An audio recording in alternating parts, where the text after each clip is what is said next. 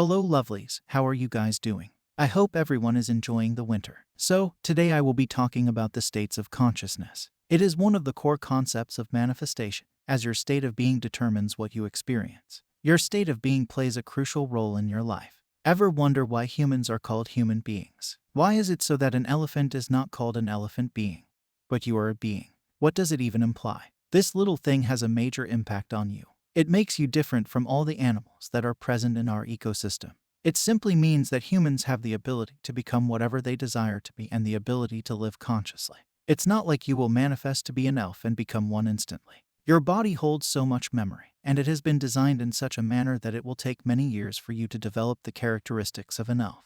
Me saying it sounds dumb, right? So, don't ask those questions. Many of you are not even concerned about becoming a dragon or a lion. However, some naughty people will ask such questions. When someone says that you are a lion, he simply means that you have the characteristics that people have associated with a lion, like being brave, protective, proud, etc. If you get clarity about your desire, you will know that you don't want to become some animal, but you do want to identify with the characteristics associated with that animal or zodiac sign. Humans are the most lethal predators on the planet. A human can do or become anything because he has been given the ability to exist consciously and to become. As a result, your state of being has a significant impact on your life experiences. From morning to night, your state of consciousness changes. At some hours, you identify with something, while at other hours, it is altogether different. When working out at the gym, you feel constructive, and your state of being becomes that of a motivated person, while when listening to sad songs at night, your state of being becomes that of a person who is heartbroken.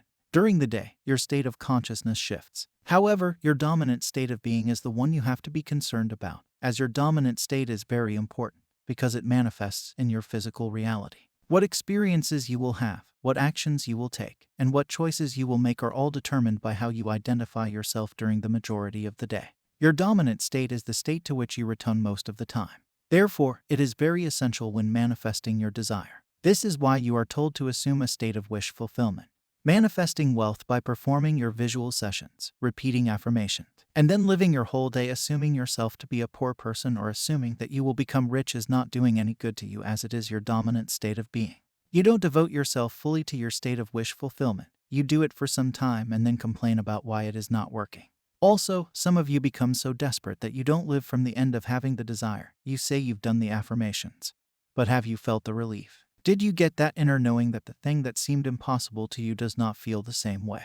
Did anything shift within you? Do you look at your desire differently? Ask yourself, are you still wanting it? Well, I have seen people say that I am affirming to manifest a specific person, but he has not contacted me. Did you really do it? While doing it, did you land it up in the state of having them as your partner? Did your feeling towards them change from wanting them to seeing them as your person? It is not like I have to do it X number of times and then I will get it. If it were so, then every poor person on this planet would be a billionaire. Manifesting is always about connecting yourself internally with your desired state. Those who get connected to it and stay there dominantly become unconcerned about it, because what they experienced within was far more real than this outer experience they lived within, and they naturally stopped wanting it.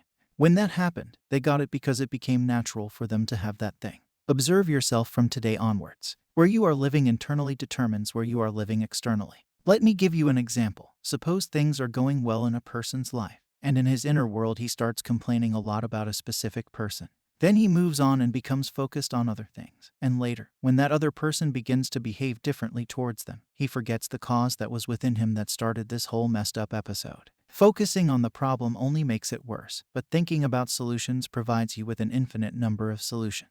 Every day, whatever you do consciously in your life, after a while it becomes a pattern within you that begins working unconsciously on your behalf, and you thus manifest the same results unconsciously. The spiritual journey is about becoming conscious of everything you are involved in and conscious of your actions. And I don't just mean physical actions. There are mental and emotional actions as well. Actions simply mean to act. When I say to you, I love you, you act emotionally to it, and a feeling starts generating within you.